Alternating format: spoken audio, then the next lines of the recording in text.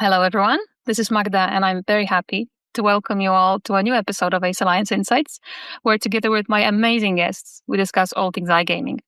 And today's topic is a bit different from what you may have gotten used to. We'll talk about how a financial background can really help lead an iGaming company. And I'm very excited to be joined by someone that personally shifted from a CFO role to a managing director. And with over 12 years of experience across diverse sectors, she has successfully driven profitability and efficiency in global finance departments and iGaming companies. Having spent 6 years in the iGaming industry, she has also built and led high-performing teams, driving significant operational and financial improvements. Please welcome Marharyta Yerina, Managing Director at ELA Games. Marharyta, it is great to have you today. Thank you for inviting me, Magda. It's my pleasure to be here today. Absolutely, and I'm very happy that you joined us. Before we move on, I'd like to take a moment and thank our today's sponsor, PIN-UP.PARTNERS, the leading iGaming affiliate program with over 8 years of experience, flexible geo terms, and award-winning reliability.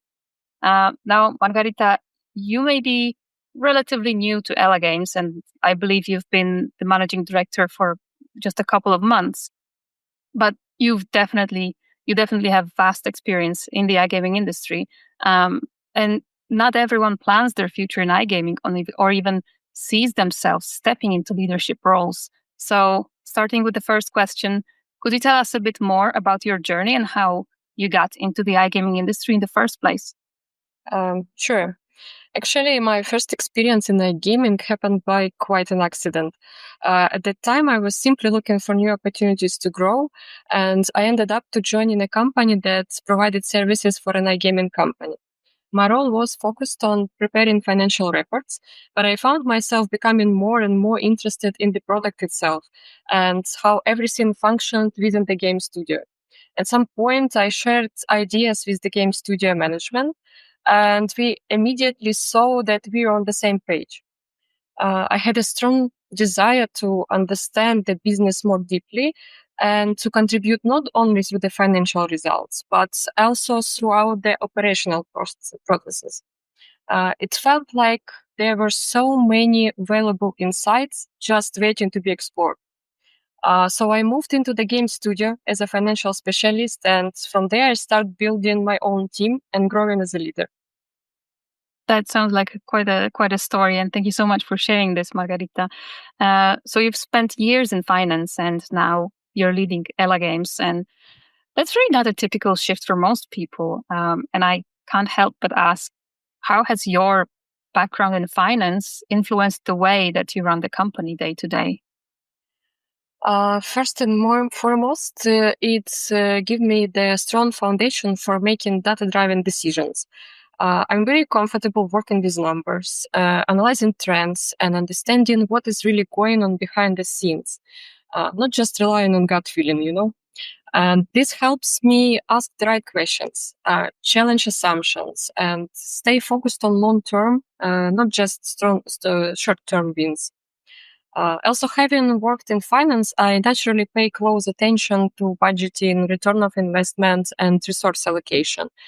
It helps us stay efficient, especially in a creative environment like a game studio, where it's easy to get carried away with ideas, I try to create a balance between innovation and financial discipline. But most importantly for me, that finance taught me to look at the business holistically. I can read through the numbers, how every decision impacts people, product, or even growth. And that mindset has really helped me in transition to a leadership role and guide the company with both logic and empathy. Yeah, that is a great story. And to be honest, I think this is quite an advantage when you already have this sort of better overview and like you said, the focus on the long-term business goals and, so that you don't get carried away, like you just mentioned. And this is really amazing. And I'm also very curious, with so much going on in iGaming, like, regulations are changing all the time. There's new technology, there are player demands. What's the biggest challenge that you face as a managing director? Actually, that's a great question. And you're absolutely right. The gaming industry is incredibly dynamic. And one of the biggest challenge I faced as a managing director is staying flexible while keeping the team aligned. The landscape is constantly shifting. It requires quick decision making, but also a clear vision so the entire team doesn't lose focus and in all this house. Another challenge is prioritization. There are always 100 excited ideas sliced on the table, new features, games, markets. But as a leader, I have to constantly ask, what will actually move the business forward? What aligns with our long-term goals? It's a lot of pressure, actually, but also incredibly rewarding when the team sees that the effort pays off. And at the end of the day, I think the biggest challenge is also the biggest opportunity. Personally, for me, it's all about self-development and professional growth. Absolutely right. And I think one challenge that many iGaming companies face is getting finance and creative team to speak the same language. Like you said in your previous answer, you may get carried away when you get too creative, and there has to be someone, like holding you back, like wait a, wait a minute. So you've sat on both sides right now, operations and leadership. What would be your advice to make sure that the business side stays aligned with the creative process without becoming too restrictive? Finance and creative teams often speaks very different languages, but both are essential to building successful games. What we are building at ELA Games is a shared space where both sides feel heard and respected. That starts with transparency. Make sure creative teams understand why certain business constraints exist and help finance team to see the value of this experimentation and innovation, even when finance don't see return of investment immediately. What really helps us is to set in common goals, not just department KPI. When everyone is working toward the same outcome, it becomes easier to align. You move from finance says no to how we can make this work in a smart and scalable way. Also, I think that bridge roles is incredibly helpful. People who understand both worlds can translate the conversation that might feel like roadblocks.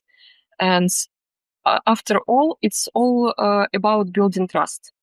When teams trust that their input matters and they working toward the same vision, alignment becomes more and more natural and sometimes even fun. That's absolutely true. And I feel like there are even so many memes and jokes, with marketing teams saying, oh no, but the legal has to say the first word first, or the finance team needs to say something. We may want to be super creative, but there are, like you said, certain constraints, and it's so important to explain why they exist in the first place. I absolutely agree with you, Marharyta.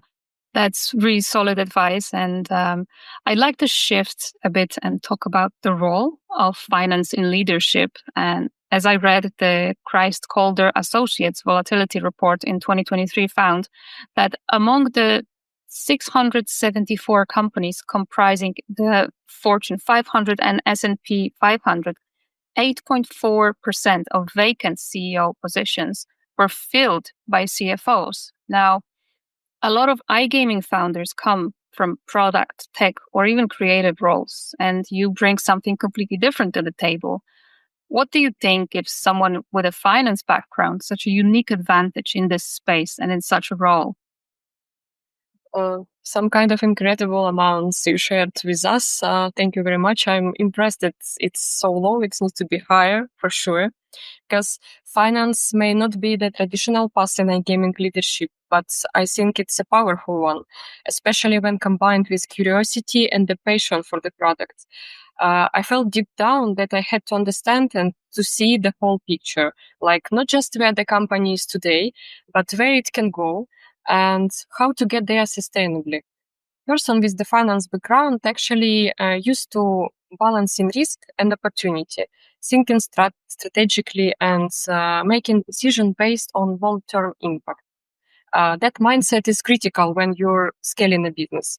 So the most important age is cross-functional understanding, for my opinion. A good CFO doesn't just sit with the spreadsheets. They work across all the departments. So when you step into the leadership role, you already have a deep insights into how marketing, product, compliance, and operations fit together. That makes it easier to build alignment and keep everyone moving in the same direction. Yeah, I absolutely agree. And for those watching who come from financial or operation roles, maybe CFOs or controllers who want to grow beyond their current roles, what advice would you give if they are aiming for a seat at the leadership table in an iGaming company specifically? My biggest piece of advice is go beyond the numbers. Start learning the business like someone who owns it. Don't just report performance. Understand what drives it. Get curious about the product, player behavior, marketing funnels, and market dynamics. Ask to join the creative or product meetings, even if if it's outside your role. That's where you can start building true strategic value. These are really good points, Marharyta. I feel like they're going to make really good content afterwards. And also, something that I have noticed, because I myself come from a marketing background, is that when people think about iGaming, they often focus only on marketing or partnerships or sales, going to events and so on. But the financial side plays such a huge role in whether companies sink or swim. Uh, do you notice any financial challenges in iGaming that don't really get enough attention? I will say that if you underestimate any of the financial challenges, you're getting into serious trouble. In this industry, things move fast, but so do costs. What makes it even trickier is that early success can hide the deeper issues. High revenues might look impressive, but if you margin a scene or your cash flow is unstable or you haven't prepared for regulatory shifts, you're always one surprise away from a crisis. And that is why I hope in every company there are no financial challenges that don't get enough attention. Because in a gaming, growth without a strong financial strategy isn't growth, it's a risk. So my personal advice here, try to be prepared for different scenarios. Make your A, B, or even C financial and action plans to cover all possible risks. That's how you will be certain that you will not have any bad surprises. Yeah, I absolutely agree. And, like you say, have plan A, B, or C, or even D. At some point when you get to plan C, you may not want to do this anymore because you're like, oh, what bad can happen? And then something always happens. We are in iGaming for a couple of years, and one thing that we know for sure it is constantly changing. There are new things happening all the time, and thank you so much for sharing your insights. And now I'd like to talk a bit more about ELA Games. So the company has been growing super fast, and as you probably know very well, with growth comes complexity.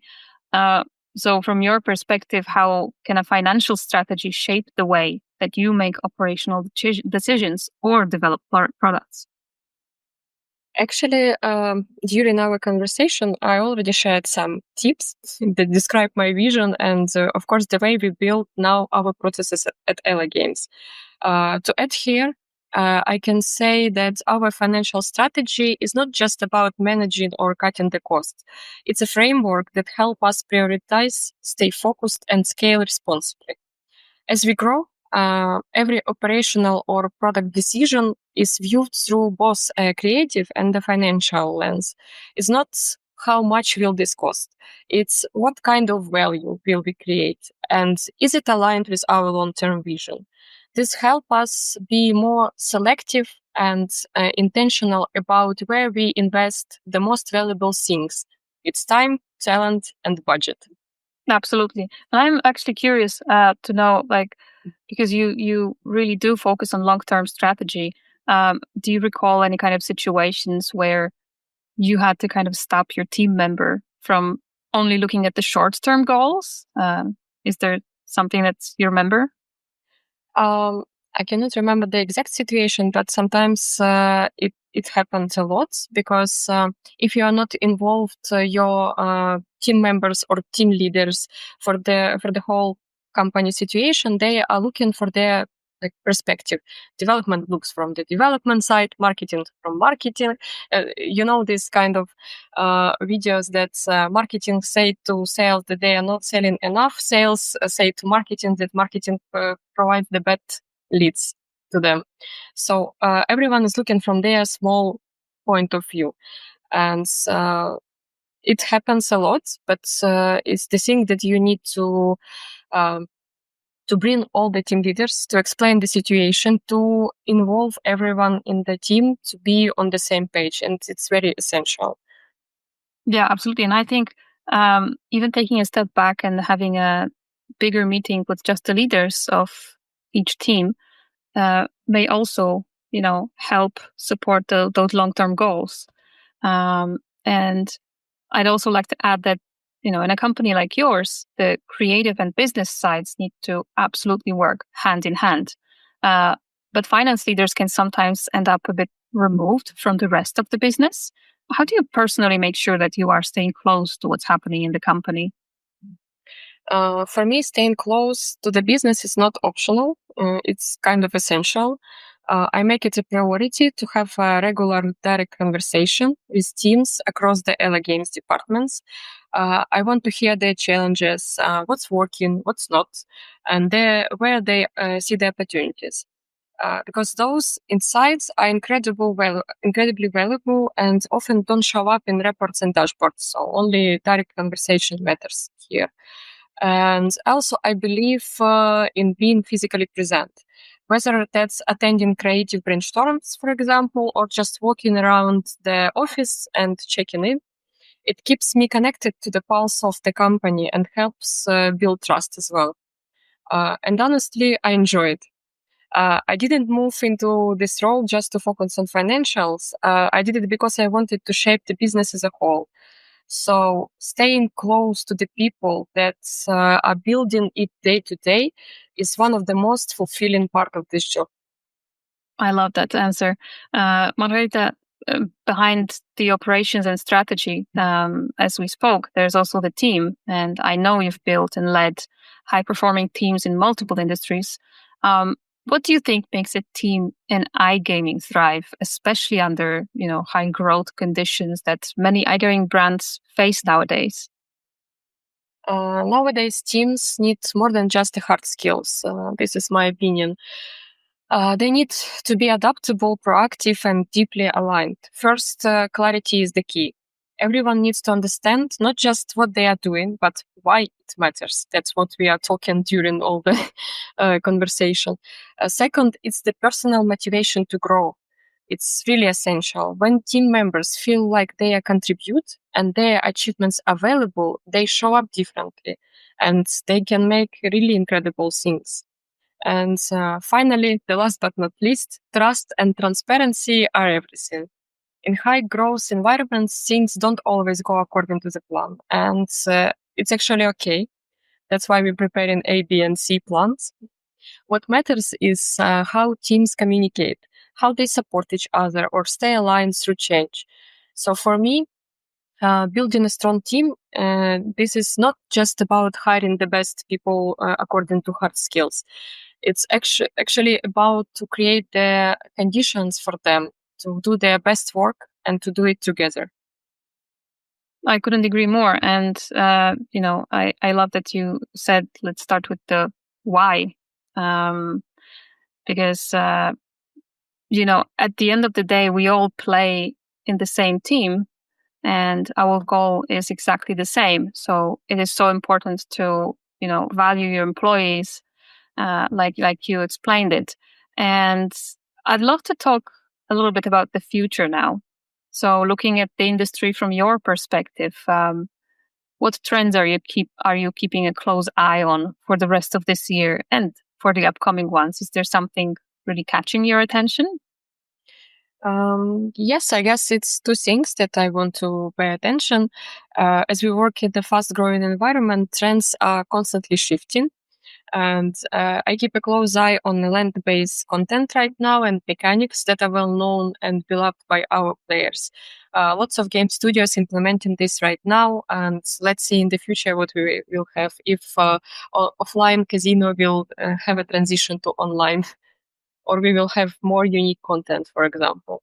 We also can't ignore how rapidly AI is advancing in areas like game art or video production.